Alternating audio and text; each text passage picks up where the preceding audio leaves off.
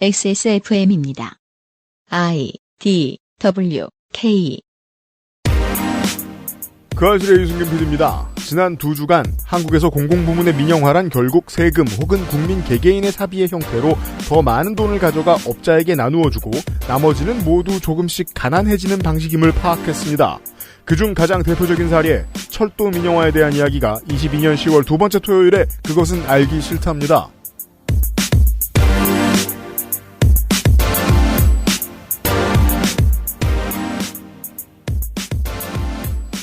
안녕하세요, 청취자 여러분. 토요일 오후에 인사드립니다. 한국 시간 오후 3시 언저리일 겁니다. 476회 토요일 시간, 그것은 알기 싫답니다.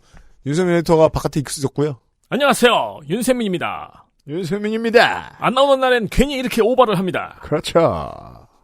대통령이 안아바다가 무슨 뜻인 줄 알았냐는 게 이번 주 국감의 중요한 이야기였대요. 아버지, 나 낳으시고 바지 적삼 다 적시셨네. 나는 바보다. 더 직관적인 것으로. 나 새끼는 바보다. 등등. 나, 바, 다, 민영화 리턴즈 일단 마지막 시간입니다. 곧 또 돌아올 것 같습니다. 할 게 너무 많네요. 건드릴 게. 근데 철도는 저는 사실 어느 순간 놓쳤어요. 그래요? 이제 뭐가 민영화고 뭐가 국영인지 잘 모르겠어요. 자, 현재까지 오피셜한 SRT는 민영화되지 않았습니다. 그래요? 잠시 후에 확인해 보시죠. 나 100% 민영화인 줄 알았는데? 곧 됩니다. 돼요 또? 자, 보자고요. 옛날부터 이런 얘기 했었어요. 정치적인 목적이 자기 자신의 부귀영화와 너무 직결돼 있으면 정치를 너무 열심히 합니다. 그쵸? 아무리 말도 안 되는 일이라도 날리면이라고 열심히 합니다. 혼을 담죠. 그게 좌와 우가 비교적 비등비등하게 싸울 수 있는 이유입니다. 사람들은 자연 상태로 내버려두면 우의 손을 잘 안 들어줍니다. 웬만하면. 하지만 저쪽은 열심히 할 수밖에 없게 되어 있습니다. 메커니즘이. 네.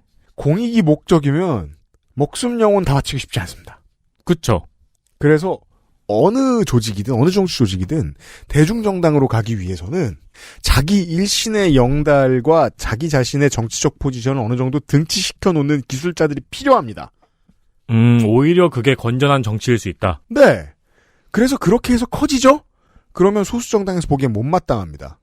저거 다 지조차고 하는 일인데 저런 사람들이 왜 이렇게 저 당에 많아? 뒤집어 생각해보죠. 그런 사람들이 다 받아줬으니까 그렇게 큰 겁니다. 정치는 그 중간 어디에 선택을 해야 되는 겁니다. 그렇죠. 왜 우리가 중고거래 할 때 찝찝할 때 물어보잖아요. 근데 왜 싸게 파시나요? 그러니까 이 사람이 그냥 착해서 싸게 파는 게 아니라는 건 알고 있으니까 왜 싸게 파시나요? 이러이러해서 싸게 팝니다. 납득이 되면은 그때 약간 안심을 하잖아요. 그렇죠. 정치도 마찬가지잖아요. 네. 왜 이런 일을 하시나요? 정의감이 불타서요. 이러면은 신뢰가 안 가는 거죠. 못 믿죠, 일단. 네. 기본적으로 못 믿습니다. 그래서 이 양당 간에 하나를 선택하는 게 아니에요. 하나를 선택하는 사람은 꼴통이라고 생각합니다. 퓨어하냐, 렐러티브하냐. 이 사이 어딘가에 지점이 있는 거예요. 자꾸 우린 퓨어라고 말하는 사람들이 보통 제일 이상한 사람들이었어요. 제가 만나본 바로는. 가장 렐러티브하고 싶은 사람들. 우파에서는 민영화를 합니다. 그리고 3가지 분야만 다뤘는데 남은 것들이 너무 많아서 언제 또 편성할 수도 있을 것 같습니다. 일단 이번 달에는 여기까지만 하죠. 철도입니다. 궁금한 거 있어요. 도로, 터널, 지하터널 요즘 많고 많죠. 예, 막 2,500원씩 내잖아요. 네. 뭐가 국영이고 뭐가 민영인지 모르겠어요, 그것도. 네, 안 알려줍니다. 네. 다 알려줘요. 근데 우리는 알 필요가 없죠. 왜냐면 지금 처음 봤으니까. 저도 이사하고 나서 여기에 이런 게 있어? 그러니까요. 여러분들도 그런 경험 많으시죠? 새로운 동네 이사 갔는데 여기서 갑자기 2,500원을 받아? 예, 맞아요. 이 다리를 지키는 트롤은 누구지? 맥쿼리고. 일단 기본적으로는 우리한테 가장 생각할 시간이 없을 때 가장 편한 건 이렇게 처음엔 맥쿼리가 건드렸겠구나 생각하시면 절반은 맞습니다. 그랬다가 망해서 보수정당이 집권하지 않았을 때 다시 되돌려놓은 게 있는가 하면 네. 최선을 다했는데 못 되돌려놓은 것도 많죠. 얼마 전에 인천에서 올림픽대로 여의도 딱 오는데 너무 빨라서 깜짝 놀랐거든요. 네. 네, 그러면서 이거는 나라도로인가? 민영도로인가 하면서 왔거든요. 절반은 강변북로였을 것이고 시에서 잘 닦아놓은 그런 생각도 하잖아요. 내가 A 도시에서 B 도시 대도시로 출퇴근을 합니다. 근데 내가 돈이 더 있다고 대궐 같은 자리에 앉아서 가고 싶나? 글쎄요. 그 돈을 모아서 회사 주변으로 이사를 가고 싶을걸요? 그렇죠. 근데 매일 아침 그런 유혹은 들죠. 자는 동안 출근하고 싶다. 그래서 저처럼 막 산 사람은 저는 빨리 가는 습관을 안 하고 일찍 가는 습관을 들였습니다. 여유 있게 가고 싶어서. 쾌적하게 가고 싶으면 돈을 더 써서는 방법이 없습니다. 그냥 남들 안 탈 때 줄을 한참 더 서 있든지 해가지고 뒷자리 혹은 앞자리 편안한데 그냥 졸면서 가면 돼요. 조금 돌아가는 노선이어도 상관없어요. 인기 없으면 더 자리는 쾌적해요. 버스가 인기가 없으면. 그러면 시간이 더 걸리죠. 하지만 사람들의 인생은 저 같지 않습니다. 빨리 가야죠. 출근 때는 뭐 선택의 여지가 없죠. 힘들어요. 근데 그걸 또 차등을 나눈다고 치죠. 몇천 원 더 내면 더 좋은 자리에 앉아서 가게. 더 빠른 걸 탈 수 있게. 이렇게 해주겠다. 그러면 출퇴근해서 버는 돈을 다시 가져가는 거예요. 네, 그렇죠. 500-600원 더 가져간다 그러면 그건 더 가져간다고 보기 좀 힘듭니다. 저는 그렇게 생각합니다. 근데 그게 아니고 1,500원, 2,000원이다. 그러면 그건 진짜 더 가져가는 겁니다. 네. 민영화는 보통 그렇게 진행됩니다. 결과적으로는 그런 표현형이 나오더군요. 그 정도까지 이해만 돼도 오늘 시간은 남는 겁니다. 잠시 후에 철도 얘기하겠습니다. 그것은 알기 싫다는 반려수제 깨끗한 생각 8시간 달아낸 프리미엄 한방차 더쌍화 고전의 자발 겸 평산네이처 진경옥 나의 마지막 시도 퍼펙트25 전화영어에서 도와줍니다. XSFM입니다. 개발자가 직접 생산하고 개발자가 직접 답하고 당신의 삶이 조금 더 깨끗해질 수 있게 진짜 청소를 하자. 반려세제 깨끗한 생각 8시간 정성껏 다려낸 현대인에 맞춘 프리미엄 한방차 더 쌍화.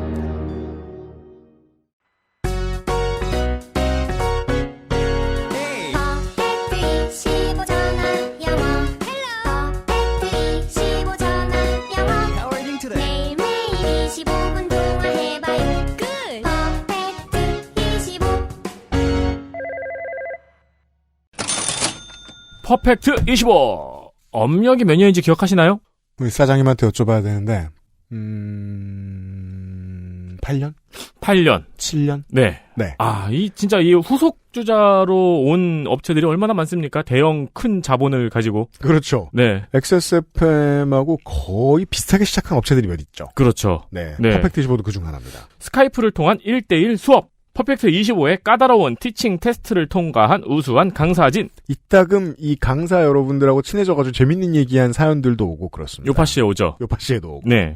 결정적으로 너무나도 인상적이게 저렴한 가격. 코로나로 인한 언택트 시대에 걸맞는 접촉 없는 영어 강습 퍼펙트 25입니다. 저는 아직도 그런 전통적인 도시구획이 곧 사멸할 것 같은데 사멸 안 하네 싶을 때가 있어요. 도시구획이요? 제가 사는 도시로 말할 것 같으면 왜 구시가지에 영어 학원이 몰려 있을까? 신기하죠. 굳이 왜 거기까지 가? 원래 있었던 거겠죠? 네, 원래 있었던 거예요. 네. 전통의 영어 학원이에요. 근데 이게 전통이 지켜져 가면서까지 이 자리에 계속 있을 필요가 있을까? 그렇죠. 예. 아니, 다른 파편화된 다른 도심에 가도 되잖아요. 거기도 사람 많은데. 예. 근데 거긴 안 있고 다 구도심에만 있어요. 직장이 거기 있어서 그런가? 네. 하지만 우리 청취자들은 그냥 집에서 하고 있습니다.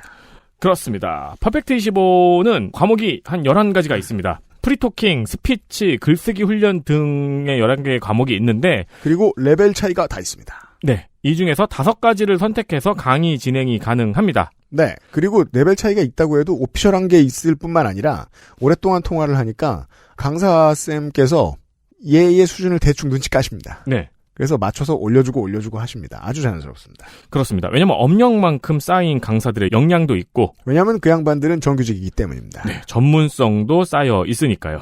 그리고 이제 얼마 전에 제가 본 후기 중에서는 무슨 특정 프로젝트가 있다. 영어로 발표를 해야 된다. 뭐 영어로 무슨 통화를 해야 된다. 어떤 비즈니스 이슈가 있다. 그럼 그것만 부탁해서 그것만 또 강의를 받기도 하더라고요. 사실 친해지면 뭘 못하겠습니까? 그렇죠. 왜냐면 25분은 고객의 시간이잖아요. 근데 25분을 허구한 날 만나요. 통화로나마. 어떻게 안 친해져요? 그렇죠. 예. 그럼 싸바싸바 잘해서 제가 이런 프레젠테이션을 할 거고 제가 이번에 이런 이직을 할 것이다. 이게 도와줍니다. 그렇습니다. 네. 사내 복지제도를 통해서 강의 지원으로 영어 공부를 할 수 있죠? 그렇습니다. 잘 뒤져보시면 사내에 이런 복지제도가 있습니다. 관련 증비 서류 철저히 준비해 드리니까 전화만 주시면 됩니다. 그렇습니다. 홈페이지를 찾아가셔도 되고요. perfect25.com입니다. 입니다.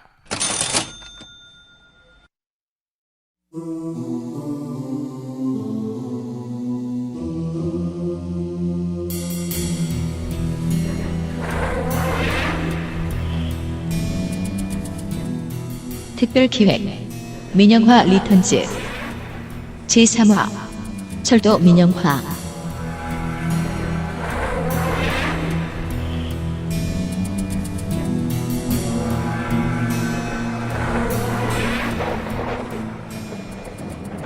지난주에 병원을 둘러싼 경영 세력이라고 표현할까요?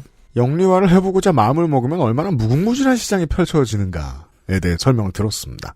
그리고 지난주에는 도시철도, 지하철을 이게 민영화나 영리사업 대상이 될 수 있을까라고 생각했는데 그들의 속내를 들여다봤습니다. 사업을 하는 사람들의. 실제로는 영리의 대상이 될 수 없는데 다만 세금은 가져갈 수 있다. 세금을 가져가도 돈은 똑같은 거라 돈이 되니까요.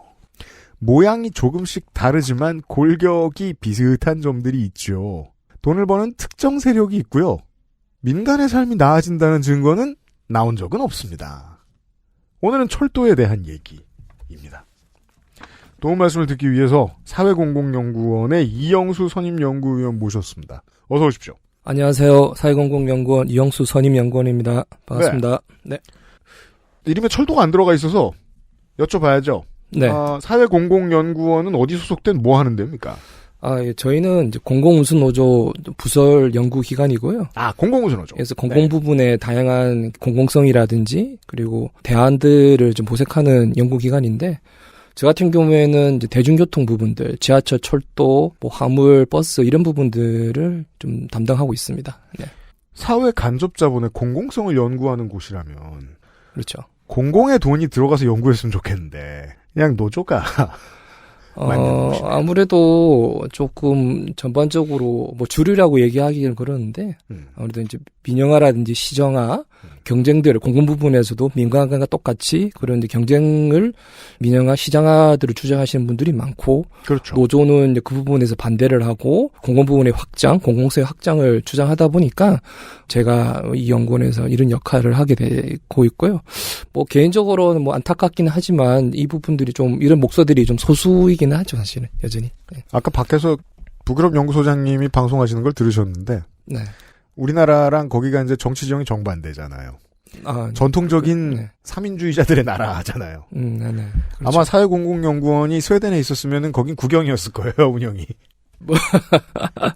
주류로 걷어나올 수도 있었을 것 같긴 한데. 그러니까요. 네네. 거긴 네. 주류. 네네. 나라 돈이 더 좋다는 얘기는 아닙니다. 네네네. 특히나 이상한 역전이죠. 주류가 다수를 의미한다면 철도 민영화는 주류의 의견이 아닙니다. 하지만 주류가 돈 든 사람이라면 주류의 의견은 철도 민영화입니다. 그렇죠. 뭐 제가 특정 뭐 기관을 얘기해서는 그렇지만 한국교통연구기관 우리나라에서 교통을 연구를 제일 잘하시는 분들이 모였다는 기관에서도 네. 민영화를 얘기를 많이 하고 국책연구원이 그런 입장이기 때문에 충분히 아까 우리 PD님이 네. 말씀하신 부분들이 상당히 타당하다고 생각됩니다. 네. 정확한 연표는 저는 모릅니다. 이 운동의 바깥에 있기도 하고 신경을 똑바로 못 썼죠. 다만 저 이제 뭐 대학 다니고 군대 갔다 오고 하던 20대 초중반 때부터 20년 전부터 그런 얘기들은 많이 들었습니다. 와, 일본처럼 되면 어떡해. 그렇죠. 그때부터도 그런 얘기가 있었던 거예요. 통합 환승이 제대로 안 되기 때문에 요금도 비싸고 뭐 그런 어려움들이 많죠. 이용자 입장에서. 예. 네. 20년 전 환경으로 말할 것 같으면 일본은 지금도 크게 안 달라진 걸로 알고 있습니다만 계속 표 다른 거 사고. 네. 이 출구로 나왔다가 저 출구로 들어가고. 그렇죠. 헷갈리면 안 탔는데 돈 또 쓰고. 네. 구간에 따라서 가까운 거리인데 더 비싸고. 네. 도쿄 이런 지역들은 당연히 철도가 잘 운영되지만 홋카이도라든지 뭐 제가 일본 지리는 잘 모르지만 네. 상당히 사람이 적고 수익이 안 나는 곳은 이제 곧 폐선되고 철도 운영자가 이제 개인 민자 사업자들은 당연히 수익이 안 나면 철수를 하죠. 그렇게 본다면 우리나라도 지금 지역에 지방에 인구 감소라든지 고령화들이 좀 대세가 될 수 있는데 그런 상황에서 오히려 더 이런 이동권 격차들이 더 확대될 수 있는 부분이 있죠. 예. 철도 이해가 된다면, 네네. 철도 민영화가 그 점에 있어서 되게 정치의 독소인 것이 일본이 정치적으로 가장 많이 해결하고 싶은 문제가 지역이 늙어가고 지역이 죽어간다는 거잖아요. 네네. 사철은 그걸 가속화시킬 뿐 돕진 못해요. 그렇죠. 맞습니다. 우리나라도 그렇게 될 가능성이 있다는 거 아닙니까? 지금 그나마 우리 코레일 체제는 이제 그래도 공영 체제니까 KTX에 벌여둔 수익을 일반 철도, 무궁화라든지 네. 뭐 이런 데 투자하면서 그래도 경치를 이게 운영할 수 있는데 점점 뭐 SRT가 민영화되고 또 계속 민영화 부분들이 포지션이 늘어나게 되면 이 내부에 이제 교차 보조가 안 되면서 일반 철도들이 줄을 가능성이 높죠. 어쨌든 뭐 민영화 되더라도 일정 정도 KTX는 운영이 당연히 되겠지만 문제는 저희들이 지적하는 거는 전체 우리나라의 철도 네트워크를 바라봐야 된다. 그런 측면에서 SR 이 분할은 민영화가 좀 대세가 되는 초입이기도 하고 그리고 이 도미노가 결국은 일반 철도의 네트워크를 붕괴시킬 수 있기 때문에 그 부분을 막으려고 지금 이제 투쟁을 하고 있는 거죠. 네. 일반인들이 가장 잘 아는 사례로 설명을 해봐야 되겠습니다. SRT를 한 두어 번 타봤습니다. 네네. 수서에서 부산 갈 때. 네, 그렇습니다. 네. SR에 지금 운영하는 노선이 공공성을 해하진 않잖아요. 뭐 그 역할을 하고 있는 거죠. 예, 그 새로운 신선이고 네. 시설도 좋고 네. 그렇기 때문에 교통수단으로서 역할을 하죠. 예. 역산을 하면 네. 이명박 정부가 수서고속철도라는 이름으로 처음으로 민영화를 추진하다가 막혔습니다. 한번. 그렇죠. 눈치 보다가 에드벌룬을 잠깐 내렸어요. 그렇죠. 네. 그리고 박근혜 정권이 재창출을 한 다음에 만들어낸 게 SR이지 않습니까? SRT지 않습니까? 네. 민영화를 원했던 입장에서 그냥 공공노선에 똑같은 걸 넣는 게 원래 목적은 아니었을 거란 말이에요. 그냥 첫발로서의 어떤 의미가 있었겠죠. 네. 그렇죠. 처음에 원해서 만든 건 SRT 노선이 아니었을 거라고 봐야 한다는 겁니다. 역산하면 SRT를 처음에 민영으로 내면서 나중에 만들고 싶었던 게 뭐였냐는 거죠. 그게 중요한 질문이겠죠? 그 원래 SRT는 경부선에 뭐 잘 아시겠지만 경부선이나 열차들이 집중해 돼 있고 병목 현상이 심하기 때문에 좀 더 혀를 뚫으려고 SRT 옆으로 수서 평택 쪽을 노선을 새롭게 뚫은 거죠. 그렇기 때문에 그 당시만 하더라도 이제 이 KTX를 좀 더 원활하게 공급하기 위한 노선이었지 이게 민영화가 될지는 꿈에도 못 생각하지 못했던 거죠. 그러니까 원래대로는 뭐 경부고속도로, 중앙고속도로 뭐 이런 것처럼 그렇죠. 겹치는 사람들 덜 겹치라고 노선 하나 더 만들어준 공공의 배려로 볼 수 있었던 걸 네. 보수 정권이 두 번 들어오면서 이걸 그럼 이거 민영화해볼까? 그렇게 함으로써 이제 공영철도에 민자사업자들이 들을 수 있는 이제 근거지를 말했던 거고, 그리고 사실 뭐 민자사업자들이 당연히 수익이 되어야 들어오는 거기 때문에 일반 철도는 사실 잘 안 들어오죠.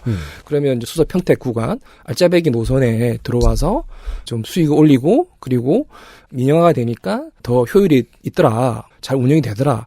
이러한 그 효과를 이제 극대화시키기 위해서 이렇게 한 거죠, 사실. 이명박 때.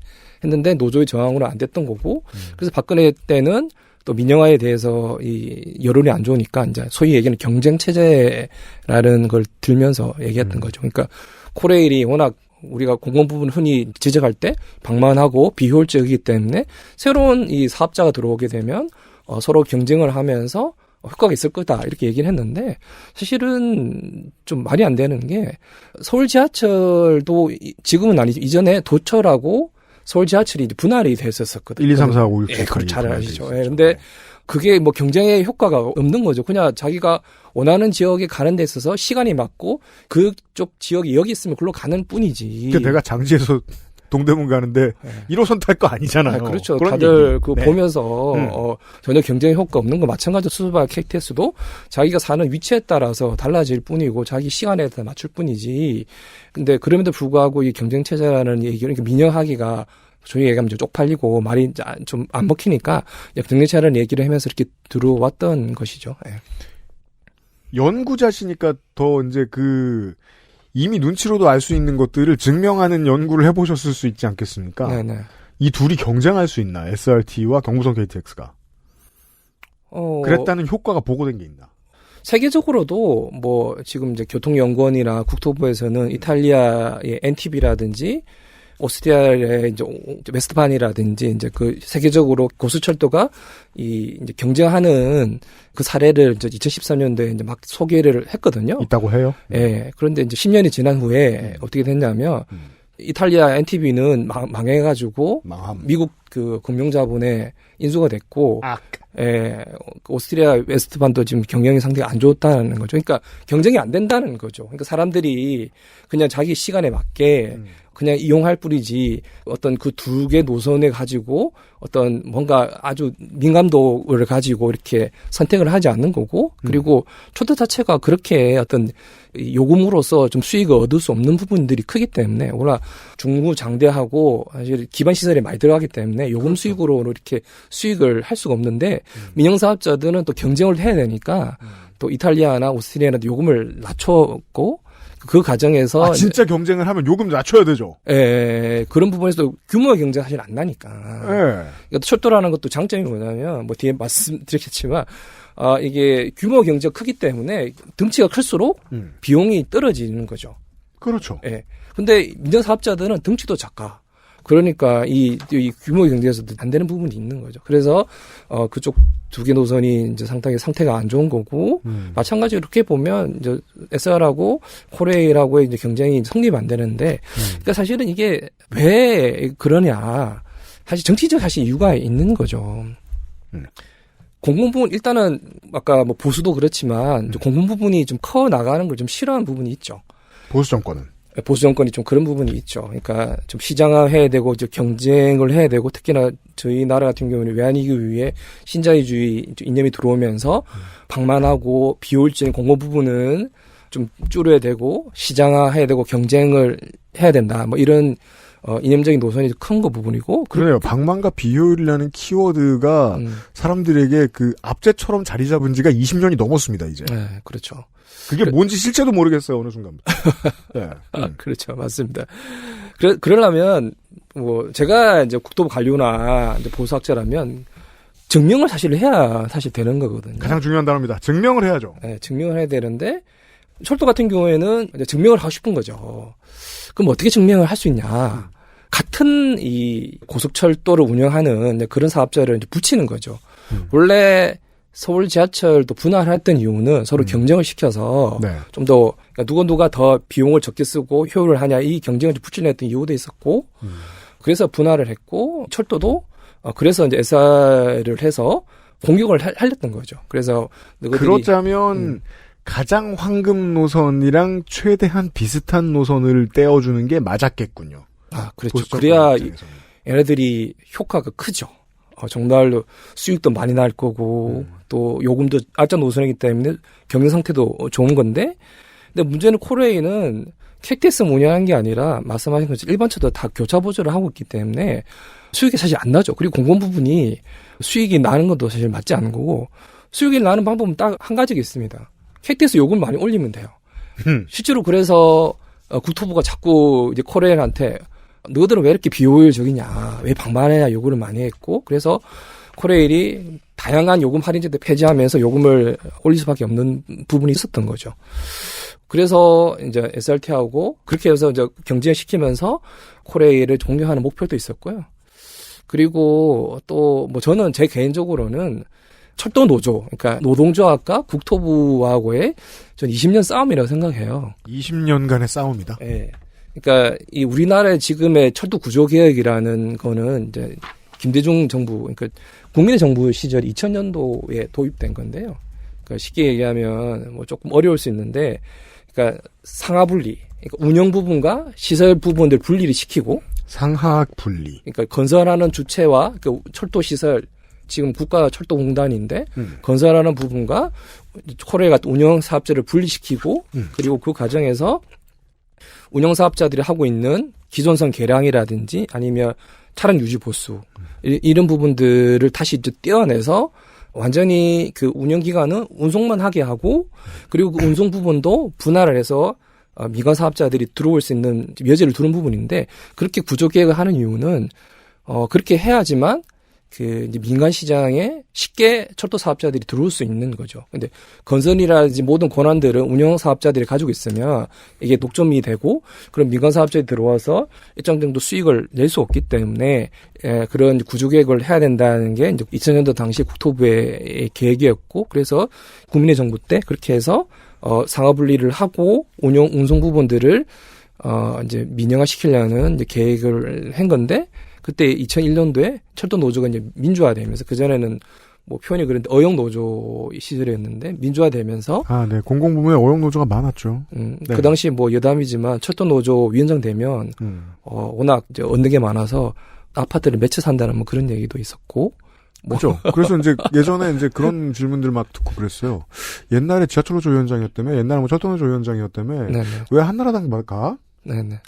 아는 사람 입장에서는 한나라당밖에 갈 수 없어. 저 사람은 이 맞는 건데. 그렇죠. 워낙 네. 좀 많이 해드시길 말하셔서. 네, 그러던 시절이 있었어요. 네네. 근데 민주화가 2001년에 됐다. 예. 그러면서 다행히 국민정부 때 이제 철도 민영화 부분에서 반대를 했고, 그때 이제 전국적인 파업을 이루면서 이제 촉촉이가 이제 붙기 시작했던 거죠. 그래서 참여정부 때 이제 민영화는 하지 않고 상하 분리를 했고, 그리고 노조의 투쟁의 결과, 그리고 그 참여정부에서도 그 부분을 수용해서 건설 부분만 딱 떼어놓고 운송 부분들이 안전을 위해서 기준선 개량이라든지 차량이라든지 시설 정비도 같이 하게 되게 만들었던 거죠. 그때 일이 이제 다시 뒤져봐도 그렇게 분석이 되는 거하고 새롭게 보이는 게 IMF의 환란 때 기업들이 이제 무너지는 꼴을 보고 그때는 이제 모든 게 막 뒤섞이는 때니까 네네. 실제로 사냥꾼 자본들이 많이 있습니다. 네. 그때 이제 그 환란을 틈타서 이제 민영화를 시키고자 하면 네네. 정부는 다른 거 막느라 대처할 틈이 없어서 정부가 체질이 약해졌을 때 또 틈타가지고 민영화를 시킬 수도 있는 건데 그 다음에 이제 정권이 재창출되고 그 다음 정권은 어느 정도 막고자 하는 기조를 꺼낼 수도 있는 여유가 생기죠. 그리고 민주화된 노조가 막아줄 수도 있었고. 네네. 다들 느끼셨겠네요. 이 싸움은 명언하겠구나, 잘하면. 예, 그래서 타이밍이 딱 맞게 그렇게 싸웠고 이제 참여정부 때 혹자에 따라서 이게 이제 불안정 상태라고 얘기를 할 수는 있겠지만 어쨌든 상하 분리가 됐지만 안전이라든지 공공성을 위해서 최대한대로 운송사업자가 기준선 개량이라든지 유지 보수들을 가져가는 형태로 이렇게 된 거죠. 근데 당연히 이제 국토부 입장에서는 자기들의 이 과제가 위안이라고 생각하는 거죠. 원래 자기들의 계획은 돌아가면 국민의 정부 때 생각했던 완전한 제가 표현으로 이제 대분리라고 얘기하면 대분리 완전히 운송 사업자는 운송만 하는 거고 나머지 철도에 필요하던 이 업무들은 다 건설 사업자가 가져가고 그리고 운송 사업자도 경쟁을 해야 된다. 그러니까 코레일이라는 이제 국가 이 공사가 독점해서는 안 되고 민간에 이 개방을 해야 된다. 우리 지난주에 이제 도시철도 시간에 설명을 드렸기 때문에 그걸 짧게만 짓겠습니다. 공사에서 너무 오랫동안 이제 임원했거나 아니면 어용노조 위원장을 했거나 이런 분들이 이제 은퇴를 하면서 어디 이제 투자자와 손을 잡고 다시 이제 주변의 임원들과 횟집에서 만나기 시작을 하고 논의를 해서 이렇게 해주면 겉으로는 이제 비용이 덜 들어가는 것처럼 여당 의원한테 잘 얘기를 해주겠다. 국토부 위원들한테 잘 얘기를 해주겠다. 결론은 뭐죠? 그래서 이 부분의 사업을 내가 할 수 있게 인허가를 줘. 크게는 이제 민영화가 되는 거죠. 그 분야가. 그렇게 돼서 그 이제 60, 70 먹은 분들이 철피아가 되고. 잘 아시네. 단어 철피아. 그런 얘기잖아요. 네, 짧게 줄여 보았습니다. 예, 그렇죠. 국토부 관료들이 이제 퇴직해서 좀 많이 또 표현이 많이는 모르겠지만 어쨌든 가는 부분도 있고. 결국 근호인네들 좋은 거 정도다. 예. 그래서 그때 국토부 이제 관료들이나 교통연구원을 비롯한 이 민영화주의자들은 개혁을 완수해야 된다는 그 신념이 강한 거죠. 근데 그걸 이제 노조가 계속 막고 있으니까. 계속 그게 싸움이 벌어지는 거고, 그래서 자꾸 노조를 이제 공격하는 부분이 있는 거고요. 죄송합니다. 당시 국토부의 인사들도, 아마 지금 국토부 인사들도 그럴 텐데, 결국 은퇴하면 직접 수혜자가 될 수 있는 사람들 아니었습니까? 제가 그래도 공개적이기 때문에 말하기는 그렇지만, 제가 또 이제 민자사업을 좀 연구를 하고 있는데요. 민자사업하는 사업자들의 다양한 임원들이라든지 이사에 국토부 이제 퇴직 관료들이 좀 가기는 하죠. 왜냐하면 그분들이 오셔야지만 사업의 진행이라든지 이런 부분들이 우리가 모르는 뭐 내막이 있는지는 모르겠지만 좀 드러난 것만 봤어도 좀 그분들이 좀 가시는 것 같더라고요. 네. 돈 되는 사업이라는 게 냄새를 맡으면 되게 누가 먼저 할 것도 없이 이심전심으로 출발하기 때문에 네. 이게 사모펀드가 먼저 출발을 한 건지 아니면은 이제 국토부의 임원이 먼저 출발을 한 건지는 모르겠지만 서로가 서로를 필요할 수밖에 없는 거예요. 네. 로비 관계에서. 네. 그렇죠. 다시 돌아가면 이명박 정부 때 이제 수소발 KTS가 2010년에 개통을 해야 되는데 그때 아이디어를 내서 경쟁을 붙이자. 아니, 민영을 아예 시키자. 그렇게 해서 8구를 내자는 거였고, 그리고, 안 그래도 국토부 입장에서는, 그러니까 철도는, 나라 정책이라든지, 이에 따라서 늘어날 수밖에 없어요. 그럼요. 예, 계속 건설을 해야 되는 거고, 그리고 특히나 뭐 기후위기 시대나, 다양한 사회경제적 편의를 주기 때문에 늘어나는데, 이 늘어나면, 그러니까 국토부 입장에서는 코레일을 운영을 해야 되는 거고, 코레일 운영하게 되면, 사람을 충원을 해야 되는 거죠. 근데 그 사람들이 다 또 노조에 또 가입이 되는 거예요. 그러니까 직원을 채용하기 싫어요. 직원을 채용하면 노조에 논이 될 테니까. 그러니까 국토부 입장에서 자기네들이 국민 정부 때 못했던 철도 구조 계획을 해야 되는데 철도는 늘어나야 돼. 근데 그게 국영으로 계속 공영으로 늘어나게 되면 이거 노조의 힘이 더 커진다고 생각을 할 수밖에 없는 부분이 또 있는 거죠. 그러니까 지난주에도 철도대학 예를 들었습니다만. 그 분야에 대체할 수 없는 유능한 인재들이 들어갈 거예요. 네. 아직 민영화 시장이 아니고 경제시장이 아니니까 거기에만 다 몰려들 거예요. 네. 원래 그런 곳에 들어가려면은 자부심도 있고 대의도 있어야 되거든요. 그런 거 가진 사람들이 노조 들어가면 조직화 잘 돼서 말 잘합니다. 싸움 잘합니다. 그런 의미 그런 사람들이 들어가서 일을 잘하게 두고 노조에 가입하게 두느니, 즉 나라가 잘 돌아가게 두느니. 예, 맞습니다. 채용을 덜 하고 잘 안 풀리게 하고 민자 사업이 들어오게 하고 하는 쪽이 이제 본인들 은퇴하고 나서 훨씬 낫다. 그렇기도 하고 계속 이제 공영 체제가 있으면 또 민간 사업자보다 더 투명해야 되는 거고 더 이 규제도 많고 그러니까 그런 부분도 있고 투명한 것도 싫고. 예. 네, 그렇죠. 그래서 저는 전 이명박 다른 기회가 있을지 모르겠지만 이명박 전 대통령이 교통 분야에 정말로 큰 해악을 끼쳤다고 생각하는데 뭐 9호선도 그렇지만 버스 중흥대도 사실은 정말 문제가 많은 건데 뭐 오늘 자리를 아니라서 지금 뭐 패스하고 철도 그래서 민영화도 했지만 그 당시 철도의 정원을 5,000명을 줄였어요. 코레일에. 네. 그러니까 녹색 철도 얘기하면서 철도의 정원 5,000명을 줄였어요. 5,000명이 없어지면 뭐 이끼가 많이 필 테니 더 녹색은 되겠죠. 그러니까 저탄소 얘기 많이 했었는데. 그러니까 완전히 말도 안 되는 이제 그럼 철도가 늘어나고 인원이 늘어나야 되는데 말은 녹색 철도 얘기하면서 수서발을 민영화하려고 했고 그리고 철도 정원을 방만하는 이용으로 5,000명을 정원을 그를 날려버려서 그걸 복구하는데 정말로 어렵습니다. 사람은 늘어나야 되는데. 결국 주워 담는 건 노조가 또 정원을 고생을 많이 했어야 됐어요. 그렇죠. 정원은 했으니까 어떻게 했습니까? 계속 사람을 그 넓은 범위를 자꾸 쪼개서 사람을 써야 되는 거고 그 인원이 자꾸 외주화야 될 수밖에 없던 부분이 있었던 거죠. 그러게요. 그 광고 듣기 전에 그걸 다시 한번 계속 주말마다 강조하고 있는데 언젠가는 우리나라 여론 지형이 극복해야 될 헛소리입니다.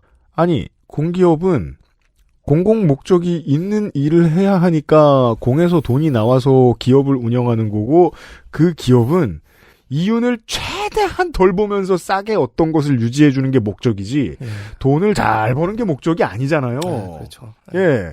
근데 돈을 못 번다고 타박을 하면 그게 진짜 뭘 잘 못하나 봐라고 들리는 건 사실상 환상이잖아요. 그렇죠. 그건 정말 앞으로도 되게 오랫동안 사람들한테 많이 각인이 되어야 할 메시지이기도 하고 또 하나는 이제 지난주하고 반복되는 이야기였습니다. 이 이유에서 공공의 안녕을 위해서 이런 류의 기초 인프라들이 있는 것인데 사회 간접 자본이 있는 것인데 그렇죠. 그리고 이걸 왜 이명박 정권에서 저탄소 녹색 성장이라고 불렀냐면 설명을 해주신 대로 그러니까 사람이 마음대로 왔다 갔다 하는데 쓰이는 그 어떤 운송수단보다도 이게 탄소를 덜 내뿜으니까. 그렇죠. 네. 여기에 돈을 더 많이 쓰고 여기에 사회 자본을 더 많이 투여하면 당연히 녹색 성장이고 사람들도 똑같은 힘을 들이고 똑같은 돈을 들이고 경제 성장에 더 많이 참여할 수 있게 되는 일이니까. 저탄소 녹색 성장이라는 말에 정말 잘 맞잖아요. 네, 그렇죠. 네. 그랬으면 인력을 자르면 안 됐는데 그렇죠. 이명박 정권의 입장에서 보면 인력이라도 잘라놔야 노조도 약해지고 사회적으로 반발 메시지도 줄어들고 민영한테 더 스무스하다. 공기업 선진화 정책하면서 성과도 내야 되기 때문에 피디님 잘 마셔왔대 철학의 문제기도 하고 그리고 철도가 제대로 하려면 당연히 철도 운송기관들이 제대로 할 수 있도록 여건을 만드는 게 중요한 거잖아요. 그러면 충분한 인력을 보장하고 그리고 안전하게 운전할 수 있도록 다양한 지원도 하고 규모 있게 할 수 있도록 이제 배려를 해야 되는데 우리나라는 왜 너 이밖에 못해? 왜 이밖에 못해?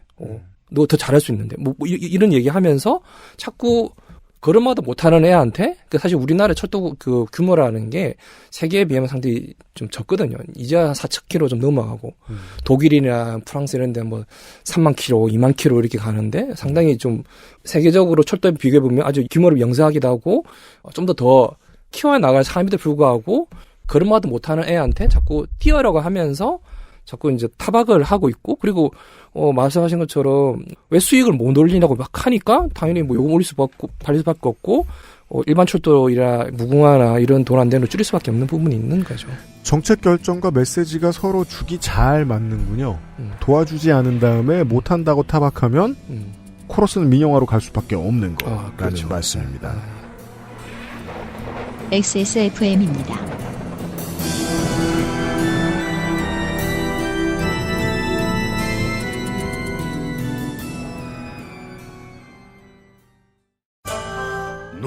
녹용 중 으뜸이라여 시베리아 알타이 지방에서 자란 사슴뿔 인삼 불로장생을 위한 원료 중 가장 높은 평가를 받은 것이 고려 인삼이었습니다. 버사 그 질긴 생명력을 벗삼아 면역을 생지황 냉기를 가진 뿌리 식물로 인삼 녹용의 온기와 만나 음양의 절꿀 제주산 봉개꿀 깊은 풍미와 진한 농도로 이 모든 것을 담아 신경옥 평산네이처.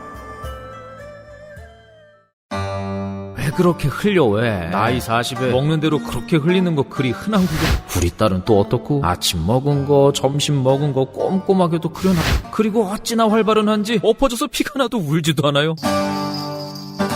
레깅스 무릎에 핏자국 없었으면 자빠진지도 모르고 핏자국 그거 잘 지워지지도 않아. 내가 무슨 빨래방도 이 얼룩들 무슨 수를 이거 대체 어찌해야 돼? 다른 생각하지 마세요. 오직 깨끗한 생각. 얼룩된 반려세제 클리지움. 카카오톡으로 지난 수업 내용을 확인하고 반복해서 연습할 수 있습니다. 늘어난 실력을 매일 알려주는 전화 영어. Perfect 25.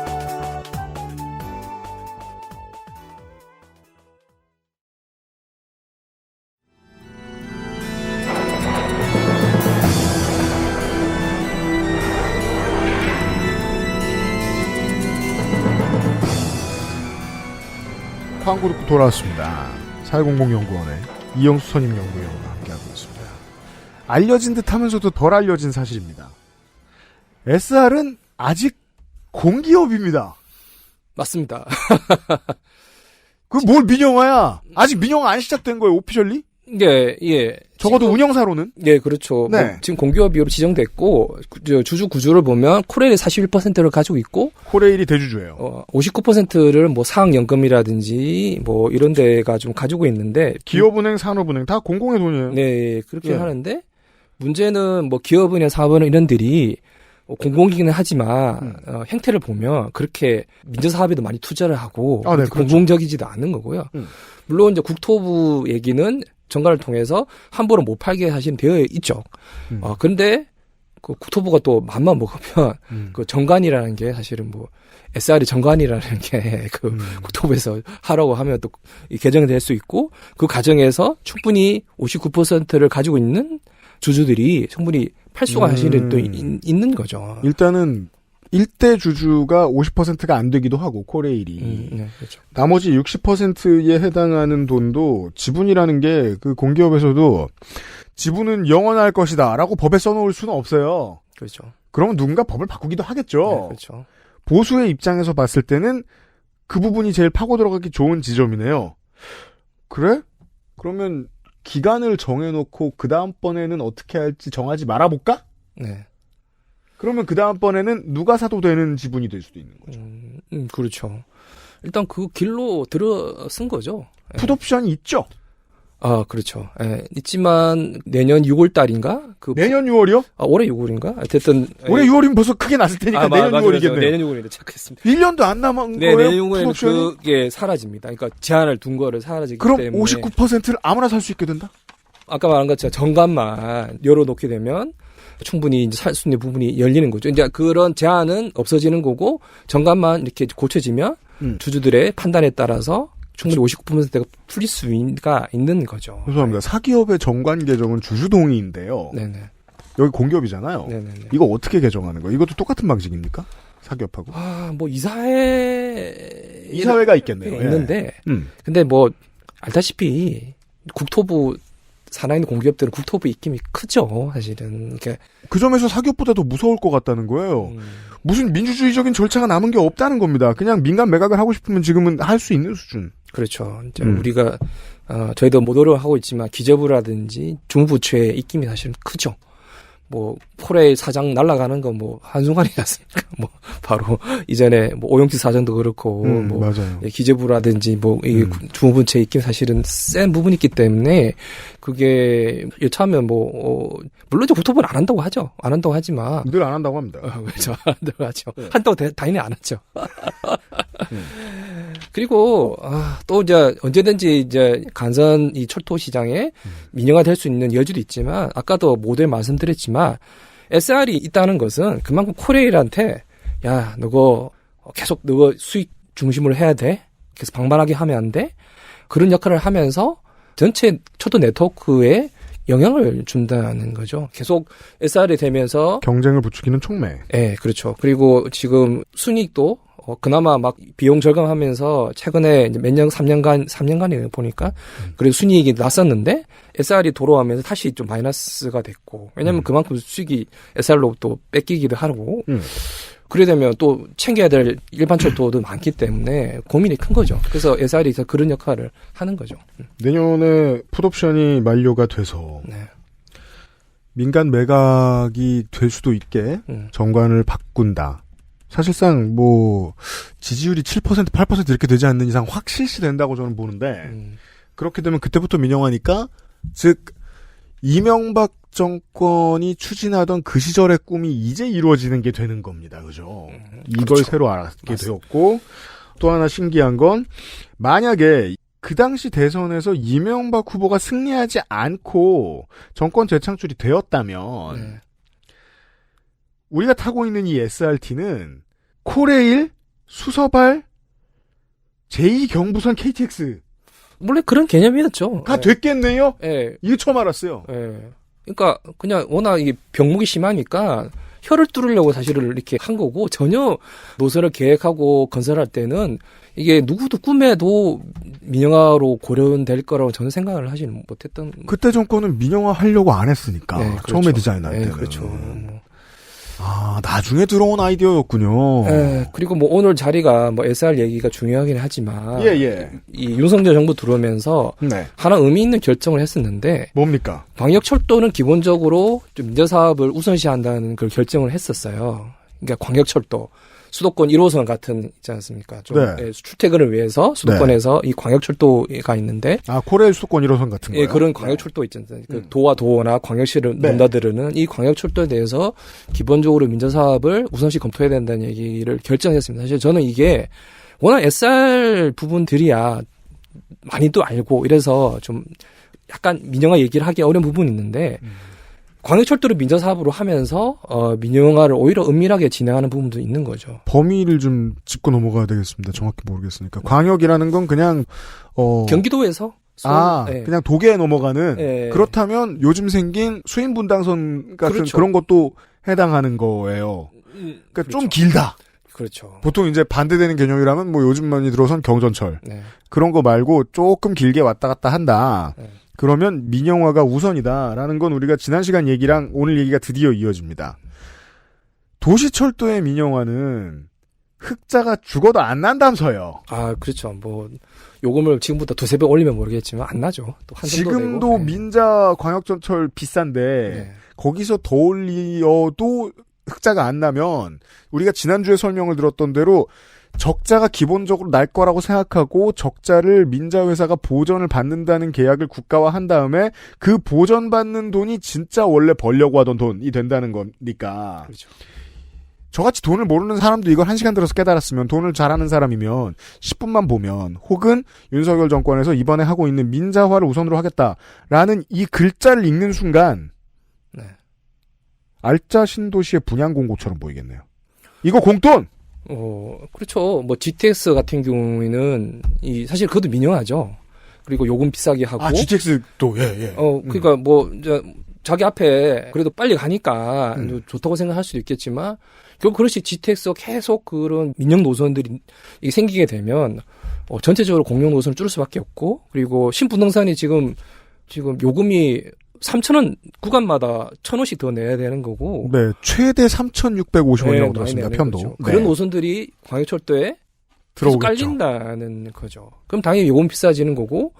그리고 또 협약을 통해서 다행히 그 정부들이 민자사업자를 지원하는 부분도 있을 거고. 그러면 이 공영 노선이 다시 사라진다는 거죠. 그래서 SR도 문제지만 윤석열 정부 내에서의 그 광역철도 민자사업을 우선시한다는 것도 아주 큰 정책적 방향이 크게 돌아간 거죠. 그래서 계속 GTX 같은 민자노선을 만들고 그러면서 철도의 그 영역, 공영철도 영역을 아주 줄어드는 거죠. 그전 정권은 아니라고 임기 내내 거짓말이라도 했거든요. 네네. 마치 아이가 부모님에게 PC방 안 가요. 그런가요? 네, 코인 노래방 안 가요라고 말하듯이. 저 갑니다라고 대놓고 말하진 않잖아요. 네네. 근데 이번 정권은 처음부터 그런 메시지를 던져버렸다는 거 아닙니까? 그러니까 또 우리 사회에서 그래도 민영화에 대해서는 상당히 이제 여러 가지 시민사회나 노조의 투쟁을 통해서 알레르기 반응을 좀 잘 일으키게 했는데. 네, 그건 정말 승리했죠. 약간 네. 민자사업은 같은 민영화지만. 민자는 좀 느낌이 다르죠. 조금은 약간 거부감이 있지만 그래도 내 집 앞에 좀 빨리 갈 수 있는 노선이 생기면 뭐 좀 더 돈 내고 좀 살 수 있지 뭐 이런 느낌이 사실 있는 거죠. 맞아요. 근데 신분노선 같은 노선들이 계속 다 깔린다고 생각하면 이것도 정말 골치 아픈 일인 거죠. 앞으로 그럴 거라고 예상할 수밖에 없겠습니다. 그거를 한 문구로 이렇게 나왔지만 광역철도 민자사업 노선을 우선시한다는 게 큰 이제 메시지를 준 거고 그게 우리 용자들의 역할에 또 큰 준 거고 그리고 또 뭐 잘 아시겠지만 대부분 좀 이 서민들은 이 역세권이라든지 이 거주지가 자기 출퇴근이 넓어지잖아요, 사실은. 그러니까 집값이 또 비싸니까 못 들어가니까. 그래서 출퇴근 거리가 늘어질 수는 없는데. 늘어질 수밖에 없어요. 그래서 공영철도라는 거는 그 부분들을 평등하게 만들어주는 거죠. 그래서 제가 최근에 다른 연구를 하고 있어서 1호선 같은 경우에 하고 분당선하고 비교해 보니까 킬로미터당 요금 수준이 3배 이상 차이가 나더라고요. 3배? 네, 킬로미터. 그러니까 어쨌든 공영철도, 광역철도는 그래도 길이가 길지만 1,250원에 최소한의 거리 비례로 이렇게 가니까 그 킬로미터로 하면 요금이 넓어질수록 더 형평성 있게 쌓아지는 건데 신분노선은 거리 비례도 더 적고 또 자체 구간별로 1,000원씩 매기기 때문에 더 짧게가 더 비싸다. 아, 그렇죠. PD님 잘 이해하시네. 더 짧은 거리를 더 비싸게 이용하는 직업입니다. 거죠. 네, 그게 3배 차이 난다는 거죠. 그게 지금 SR 때도 문제지만 어쨌든 SR 때는 뭐 이렇게 막 막으니까 뭐 은밀하게 뭐 좀 이렇게 대놓고 못할 수도 있지만 오히려 민자노선에서는 고삐가 풀릴 수가 있는 거죠. 그래서. GTX는 지금 침을 흘리고 있겠네요. 아유, 그렇죠. 그러니까 이렇게 이제 그 숫자를 연구해 보는 게 되게 의미가 있는 게 그 경제지는 자꾸 물을 탑니다. 아니, 더 멀리 가면 더 내는 건 당연하잖아. 무슨, 부산에서 동대구 가면서, 부산에서 서울 가는 거랑 똑같은 비용 낼 거야? 라고 물을 탑니다. 그래서 이제 그런 연구가 되게 중요해지는 게, 예를 들어, 공공이었다면, 그렇죠. 공공의 도시철도라면, 그렇죠. 이만큼 멀리 가는데, 500원을 더 낸다고. 치면, 이게 이제, 신분당선, 수인분당선이다. 그랬으면 그게 3,000원, 2,000원 이렇게 된다는 거잖아요. 그러니까 그거를 구분하지 못하게 하는데 보수 언론이 온 힘을 다하고 있는 것 같더라고요. 그 공공에서 받는 비용은 그냥 책임감의 비용 정도랄까요? 편의점에 가서 비닐봉투 사는 데 쓰는 50원 있잖아요. 그건 누구의 이윤이 되라고 받는 돈이 아니잖아요. 책임감을 가지고 봉투를 들고 오세요라는 메시지를 각인시키는 데 받는 비용이지. 근데 시장의 비용은 즉 합리화의 비용은 민간의 삶에 진짜로 영향을 주잖아요. 아까 설명을 해주신 대로. 이미 통근거리가 내가 소득이 좀 적기 때문에 물려받은 돈이 좀 적기 때문에 통근거리가 길어질 수밖에 없는 사람에게 더 뜯어내는 방식 충분히 부담될 정도로. 그렇죠. 그리고 민자화는 그걸 처음부터 의도를 했으니까 그렇죠. 그렇게 해주자면 민자에 처음 들어온 사업자에게 남겨주는 게 제일의 목적이니까 그 사람들한테 남겨주자면 공영 노선을 헐렁하게 만드는 어떤 다른 획책도 하겠네요. 그러자면 뭐 수도권으로 말하면 1, 2, 3, 4, 5, 6, 7, 8호선에 뭐 또 아까 얘기해 주신 방식대로 채용을 적게 하고. 네, 그렇죠. 그러겠네요. 그리고 계속 완성되네요. 그래서 너희들이 비효율적이다, 방만하다, 계속 그렇게 이제 지적을 하는 거고, 그래서 공공 부분들을 축소시키는 거고, 그 틈을 민자 보선들이 이제 차지를 하는 거죠. 그러니까 GTX도 네, 그렇죠, 맞습니다. 많이 비싸겠네요. 지금 뭐 설왕설래 하는데 2,000원, 3,000원 하는데 실제로 개통을 했을 경우 예를 들어 뭐 파주에 뭐 운정신도시 이쯤에서 뭐 강남까지 온다 뭐 이렇게 홍보하잖아요. 네네. 그 정도 왔다 갔다 한다. 가격봤으면은 뭐 요즘 얼마 받죠? 2, 3,000원 받는데. 네네. 예. 네. 뭐 그거보다도 하고 그리고 이게 돈 있는 사람들은 좋은 거 더 빨리 타라는 이제 그 노선이 차별화가 생기는 부분도 있죠. 노선 차별화. 예. 그러니까 이게 그거 아직 경험 못 해봤네요. 예. 그러니까 우리가 뭐 상대적으로 요금이 이제 싸다는 인식 때문에 이 부분이 있었는데 점점 더 이 노선을 차별화하면서 고급 수준으로 만드는 거죠. 이게 마치 이제 공정하다. 뭐 좀 더 돈을 내서 네가 좀 더 빨리 가면 이게 공정하다 하는 거지만 이게 어쩌면 차별인 거죠. 차별이고 말하신 것처럼 내가 원해서 멀리 사는 게 아닌데 그럼 국가에서 그 부분들을 최대한대로 보장해주고 그게 사실 공정이고 형평인 거죠. 그런데 네가 더 멀리 있으니까 네가 요금 더 내는 거는 맞는 거고 네가 돈 있으면 더 좋은 고급 노선을 타. 뭐 돈 없으면 뭐 타지 말고 뭐 버스 뭐 돌아가는 노선을 타든지 사실 이게 가치로 보면 그런 식으로 보수의 논리인 거죠.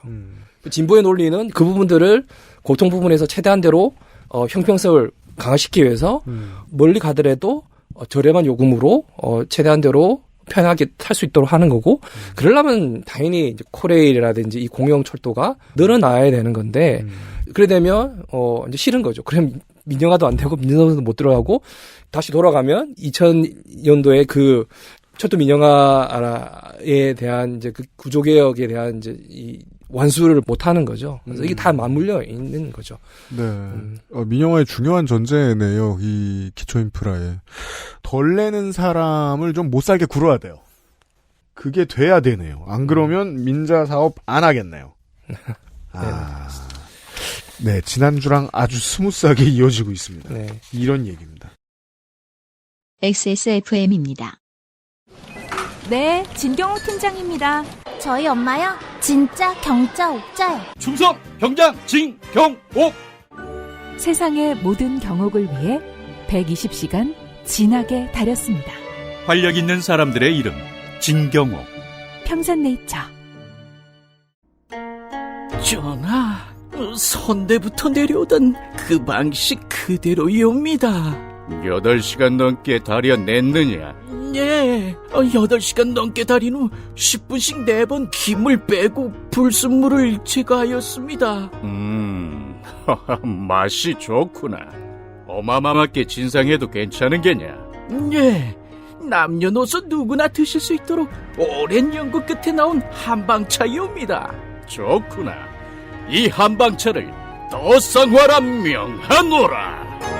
현대인에 맞춘 프리미엄 한방차 더 쌍화. 순간 에디터와 함께 쌍화차 광고를 하겠습니다. 안녕하세요. 잠깐 들어왔어요. 더 쌍화. 갑자기 날씨가 추워졌어요. 그렇습니다. 네, 이럴 땐 따뜻한 쌍화차 한 잔. 솔직히 집에 있는 티하고 커피 가끔 질리잖아요. 저는 그래서 쌍화차를 여러 번 먹어야 되니까 네. 아쌍도 한번 먹어봤습니다. 아쌍? 아쌍 좋습니다. 아이스 쌍화차? 네. 아쌍 좋습니다. 다음에는 쌍샤추도 한번 시도해보세요. 쌍샤추 좋겠습니다. 네, 쌍샤추. 50년 가까이 명맥을 이어오는 종로 한의원. 더치 쌍화차죠. 그러면 식품 더치도 있고 진짜 아메리카노 샷 네. 내리는 거 에스프레소 그것도 괜찮을 것 같고. 쌍샤추. 종로 한의원의 식품사업부가 오랜 기간 개발한 진짜 쌍화차입니다. 전통의 방법으로 만들면서도 현대인의 입맛에 맞게 제조한 깊고 진한 맛이 있어요. 전통 쌍화차, 녹용 쌍화차, 고운님, 백수호 등 다양한 제품 라인업이 있습니다. 내가 마시기도 좋고 선물로 주기에도 좋죠. 선물로 주기 좋게 박스 포장되어 있습니다. 그렇습니다. 다음번에 이제 네이버 노조한테 커피차 말고 쌍화차차를. 쌍화차차. 네. 그럼 이제 추로스 쌍화차. 좋은 아이템입니다. 그렇죠, 네. 네. 쌍화차가 집에 있으면 다양한 도전을 해보실 수 있습니다. 그렇습니다. 겨울에 이불 뒤집어 쓰고 넷플릭스 보면서 마시기도 좋고요. 더 쌍화는 액세스몰에 있습니다.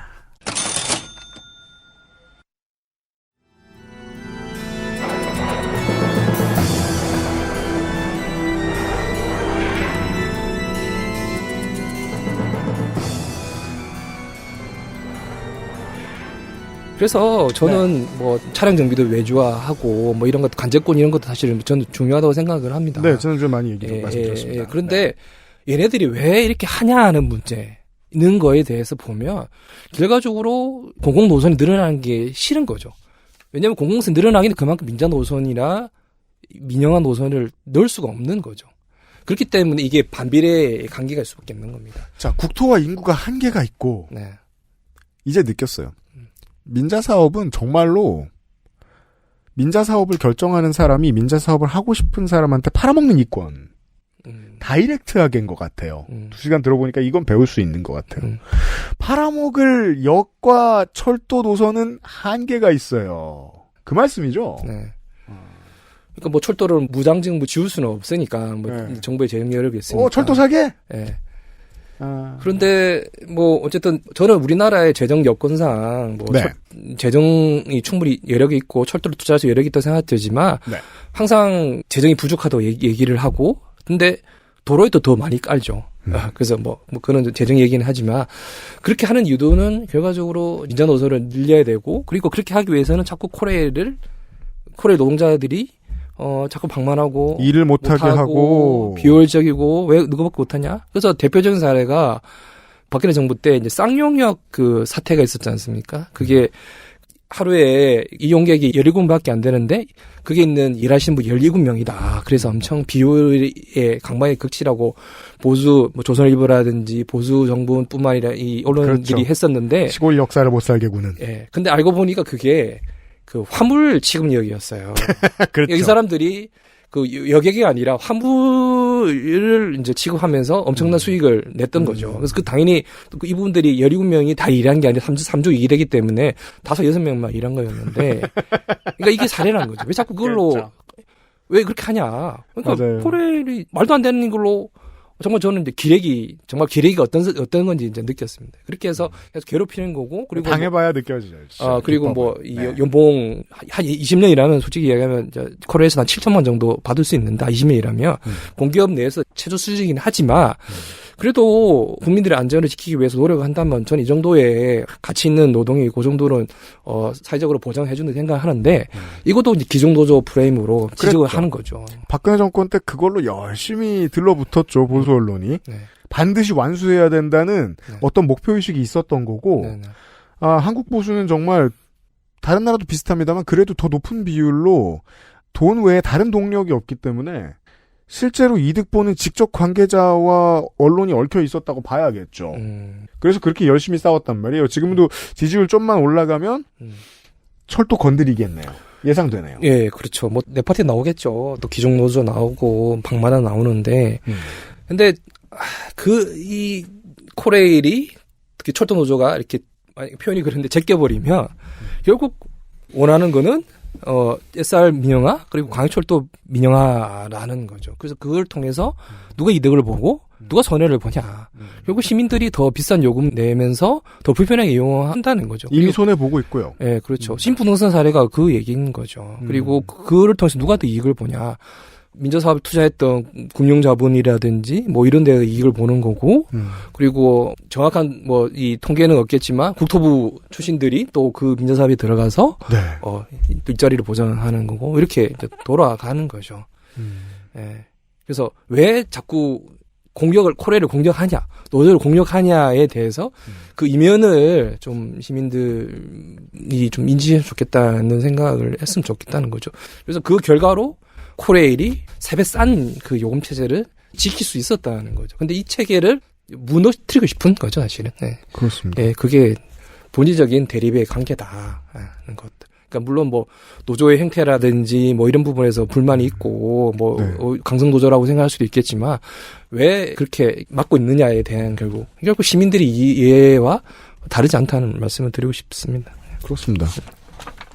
옛날부터 가끔 얘기했었는데 코레일 노조와 지하철 노조에 시민들이 빚을 지고 있는 게 참 많다. 다른 의미에서 정치적으로 표를 든 사람 혹은 그 표를 든 사람의 대리인들이 해줘야 하는 역량을 이 두 노조가 내준 게 너무 많다. 정치를 대신해 준 거죠. 네. 그 결과는 보통 말씀해 주신 대로 여전히 낮은 운임, 여전히 쾌적한 환경 이런 것들을 유지하고 있다는 거고 중간에서 노조가 무너졌으면 우리의 삶은 지금 많이 달랐겠죠. 뭐 시분노사던 노선들이 전역으로 깔렸겠죠. 네. 그러자면 이제 정치에서 앞으로 승리하기 위해서 그 몇 가지의 지금 이제 잘 쓰고 있는 무기들, 보수론이 잘 쓰고 있는 무기들, 버튼들을 좀 뒤집어 줘야 되는데 그 단어가 아까 설명해 주신 대로 민자회사, 민간자본, 경영합리화, 방만경영, 그 외에 늘 있는 노조 혐오, 이런 것들에 대해서 여론전이 너무 중요할 것 같다는 생각이 듭니다. 그렇죠. 윤석열 정부에서 아까 말씀드리지만 광역철도 민자사업 우선이 사실은 이제 핵심인 거죠. 예. 그러니까 뭐 우리가 은밀한 민영화 얘기를 많이 하는데 이것도 대표적인 철도 부분에서 은밀한 민영화죠, 사실은. 예. 맞습니다. 예. 철도 이야기까지 나눠봤습니다. 물론 뭐 국정감사 때도 관련된 얘기 좀 나오고 할 텐데 은밀하게 중요한 사고 치면 또 현 정부가 예, 도움 말씀이 필요할 때 또다시 모실 수도 있습니다. 너무 멀리 가 계시지 마세요. 뭐 저희 부르시면 항상 감사합니다. 뭐 마무리 그럼 끝나는 건가요? 끝났고요. 예. 그 답을 모르실 것 같지만 괜히 궁금해서 하나만 여쭤봐도 돼요? 네. 정말 권성동 의원이 혼자서 무정차하게 만든 거예요, 열차를? 물어볼 데가 없어서 말이죠. 국회의원 혼자 그럴 수 있어요? 그래서 저도 근데 뭐 노조를 이제 끝난 거죠, 방송? 아니요, 해요. 그래요? 오피셜해요? 예. 워딩은? 뭐 제가 그런 건 아니라서. 근데 이제 국토부를 통하면 뭐 충분히 뭐 가능할 수는 있겠죠. 국토부 관료들을 압박 넣을 수 있다. 새로운 여당 실세는. 그리고 또 코드가 맞죠? 또 코드가 맞죠? 그러니까 문재인 정부 때 마침 코드 맞는 사람이 강릉이 지었고요. 그때 뭐 더 시간이 있으면 그때 철도 공공성 강화를 위한 철도 산업 구조 평가 연구 용역 통합을 위한 이제 문재인 대통령의 공약이었고 다행히 자료가 있네요. 통합을 하겠다고 했고 그래서 용역을 했는데 국토부 관료들이 엄청 저항을 했죠. 정말로 뭐 저도 얘기 들어보니까 연구진들한테 자꾸 흠집 잡고 이거 뭐 자료 어디서 나왔냐, 이거 맞냐, 계속 사무관들이 계속 트집 잡고 뭐 연구하는 데 있어서 뭐 계속 해묻고 괴롭히고 그리고 계속 장관한테 뭐 철도노조 살려주는 거다. 왜 철도노조 도와주는 일을 하냐. 자꾸 철도 욕하고 이게 국가 정책 차원이 아니라 자꾸 이제 그 특정 이해집단들의 그 도와주는 거로 자꾸 그런 식으로 얘기를 뭐 저도 들은 거지만 그렇게 얘기를 했다는 거죠. 이게 너무 오랫동안 듣고 싶었던 얘기예요. 이게 철도 정책 차원에서 사실은 용역을 하는 거고 현장과 정권 사이를 커다란 결교로 가로막고 있는 조직이 있다는 거 아니에요? 그건 주로 고위 관료고. 국토부 관료들은 20년 동안 변한 게 없습니다. 정권만 변했던 거죠. 그러니까 그 사람들이 죽이 맞는 사람이었으니 뭐라도 해줘야겠다 싶었는데 마침 무정차 해줘. 그래가지고 다시 돌아가면 좋아 빠르게 가겠습니다. 그래가지고 빠르게 가게 되었다. 저도 이제 그 국토부 관료들이 어떤 의미를 대단하게 느꼈던 게 그래서 2018년도에 강릉 객대 사고가 나면서 저 사장이 물러나면서 이 연구도 완전히 이제 중단을 시켰는데 근데 이 연구는 안전하고 상관이 없는 거거든요. 가업 지시서 보면 안전에 안자 이 얘기도 들어가지 않아요. 당연히 통합 연구니까. 근데 안전 안에 단어도 안 들어가는데 강릉 그 안전사고하고 이 연구가 무슨 상관이 있습니까? 조직 통합 연구인데. 근데 이걸 빌미로 해서 이 연구를 중단시켰고 결과적으로 파절을 시켰죠. 파절이란 거는 제가 얘기 들어보니까 연구자가 예를 들어서 큰 사고 나든지 심지어 죽었을 때 파절을 시키는데 그렇지 않은데도 불구하고 국토부가 그냥 연구를 파저시키고 중단을 시켜버렸어요. 그러니까 국토부는 전력을 다해서 이 연구를 막았던 거고 전력을 다해서 국토부 장관이라든지 그 당시 문재인 정부 통합 관련해서 이제 막았던 거죠. 결국 그에 따라서 정말 안타깝게도 좀 타이밍이 안 좋게 강릉 사고가 나면서 그거를 이제 뒤엎은 거고 그 이후로 이제 통합의 동력이 이제 사그라들었던 거죠. 이제 클리어해줬습니다. 새 정권이 너무 좋을 수밖에 없었겠네요. 그렇죠. 전 정권의 정책을 그렇게 열심히 틀어막았던 바로 동일한 사람들. 뭐 표현이 그런데 수비하다가 이제 공격 대세로 들어가는 거죠. 문재인 정부 때 계속 수비하다가 네, 우리 팀이 돌아온 거죠. 잘 또 방어를 했죠. 용역을 아예 이제 용역 자체를 파절을 시켜 버렸으니까. 그렇게 민영화 기조도 돌아오게 되었다. 그리고 다시 윤석열 정부 돌아와서 SR뿐만 아니라 광역철도 민자 사업을 쑥 이었죠. 그거를 은밀하게 이었죠. 네. 먹힌다니까. 그것도 다시 이은 거죠. 신났죠, 사실은. 돌아와 있습니다. 네. 4년 반 동안 수비해야 되는 이야기입니다. 4100연구원의 이영수 선임연구위원이었습니다. 오늘 시간 내주셔서 감사합니다. 네, 감사합니다.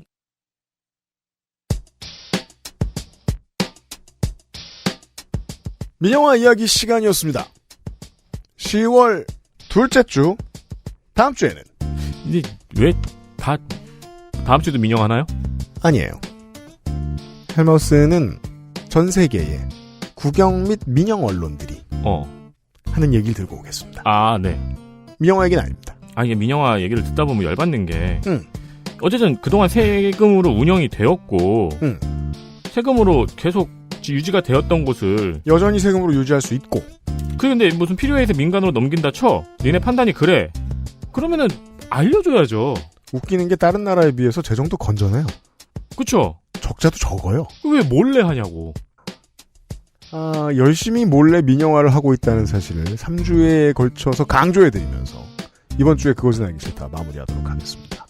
다음 주 시간에는 제가 철피하도 얘기했고 모피하 관피하다 얘기합니다만 그러한 고위 관료들이 몰래 숨어서 이런 일을 할 수 있게 도와주고 있는 우리의 간판주자 토템 윤석열 대통령으로 돌아오도록 하겠습니다. 진짜 이게 좋은 탱커다. 자, 좋은 지적이에요. 정치에서 탱커가 왜 필요하냐? 윤석열이 하등 쓸모없냐? 많은 사람들이 생각하듯이 아니죠. 탱킹만 해도 됩니다. 다만 탱킹할 때 좀 조용히 있으면 말씀드렸죠. 스웨덴은 3인당이 디폴트듯이 한국은 보수정당이 디폴트니까 가만히 있으면 사고가 덜 보도되면 지지율이 올라가죠? 그때 몰래 할 수 있는 일들이 늘어납니다. 그러니까요. 지지율은 마치 수도관과도 같아요. 커지면 할 수 있는 일이 늘어납니다. 더 많은 일들을 할 거야, 만약에 지지율이 늘어나면. 그것들을 알려드리는 시간이었습니다. 수도관이면서도 정권의 어떤 담력 같은 거군요. 사람 구실 안 해도 돼요. 외피와 껍데기 역할만 하고 있어도 그 정치력은 뭔가를 할 수 있습니다. 그 외피이자 껍데기에 대한 이야기, 토마스에 대한 이야기, 헬마우스 시간에 다뤄보도록 하겠습니다. 다음 주에 돌아오죠. 윤세민에서 유승균 PD였습니다. 그것은 알기 싫다. 476회 함께해 주셔서 감사합니다. 다음 주에 만나요. 감기 조심하세요. 조심하세요. XSFM입니다. I, D, W, K